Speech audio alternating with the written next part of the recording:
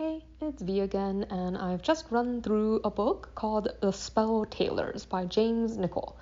So the main character, Hen, lives with his nan, and his goal is to become a spell tailor. Like his family, the Donnellys, have run for several generations a really famous spell tailoring business. Like in this world, it seems like magic is commonly stitched into clothing. Like different families have different stitch patterns that confer different types of special abilities on clothing. So common ones, for instance, would be stuff that makes the garment keep you warm or keep you cool or make you more attractive and stuff like that.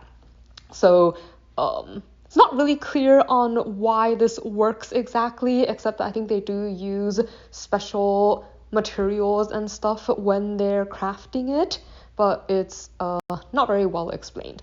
But anyways, so Hen wants to be a spell tailor, and he has the goal of entering this big guild contest that's coming up, but his plans are kind of derailed when his uncle's entire family suddenly moves in with them. Like he learns that their family business is not doing very well. Like his uncle has had to sell off and close down like a lot of their other branches, and as like also had to sell off like some of the property and stuff that they have, so they no longer have somewhere else to live. So now they're all living under the same roof and working, I guess, in the same store. So that's his uncle, his aunt, and his cousin, none of whom he really knows all that well. And then he also discovers that a lot of spell tailoring businesses have been going out of business, and it's partly due to the fact that there is a new manufacturer who's trying to mass produce spell garments, and then also to the fact that there have been spates of really bad luck for different spell tailor businesses. Like a very common pest they have to deal with are called spell rats. Like they're a kind of insect that is specifically drawn to magical garments and eats through the materials and stuff that they use. Anyway, so all of these things are getting in the way of Hen's plans, and he's adjusting to the new routines of his life, like trying to get along with his relatives and trying to figure out how to continue pursuing, I guess, his goals and what's going on, because he doesn't want his, obviously he wants their business to succeed. So yeah.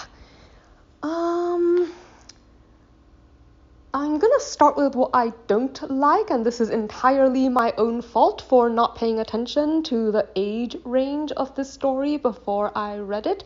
But it's very much a children's story. Like there's a reason I don't typically read children's stories. Like the plot and the world and the way conflicts are presented, the way characters think are all overly simplistic, I guess, for my taste, but I think it's just a byproduct of being a children's story. Like the world doesn't feel very developed. Like I said, there's a lot of things it doesn't really explain, and like it doesn't really go into a lot of the nitty-gritty, I guess, and the chaos that comes with life when people have actually grown up. Like it doesn't feel as much like a real world yet because it lacks a lot of that complexity. But like I said, I think that's just because it is a children's story, but I think I can find that a little frustrating, and that's why I tend to avoid them. On the other hand, something I liked, like I think the setting and this with the characters pursuing this unusual profession and like delving into how like the business works and some of the things they think about, I found pretty interesting. Like Hen discovers, for instance, that there's a lot more to spell stitching than he knew. Like there's magic that they can work that they people thought was lost, I guess, that maybe you can actually revive. And he also discovers that he has the ability to memory stitch, like to put memories into pieces of clothing. And he's not really sure why when his grandmother and his uncle find out, they tell him that it's really dangerous and so on. He doesn't know why, but I think just following him as he explores some of the possibilities was pretty interesting. So despite the fact that I don't really like this kind of writing style, I did read the whole thing.